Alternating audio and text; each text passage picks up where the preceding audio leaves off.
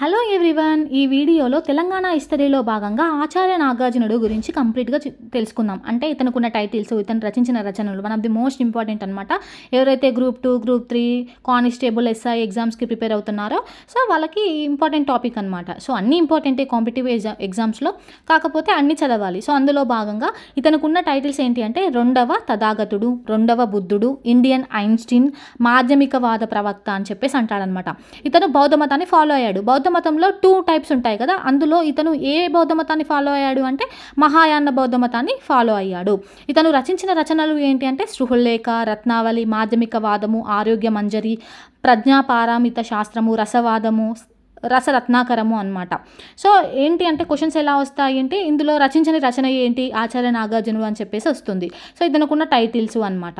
So one of the most important. నా videos మీకు నచ్చినట్లయితే లైక్ చేయండి. Thank you for watching.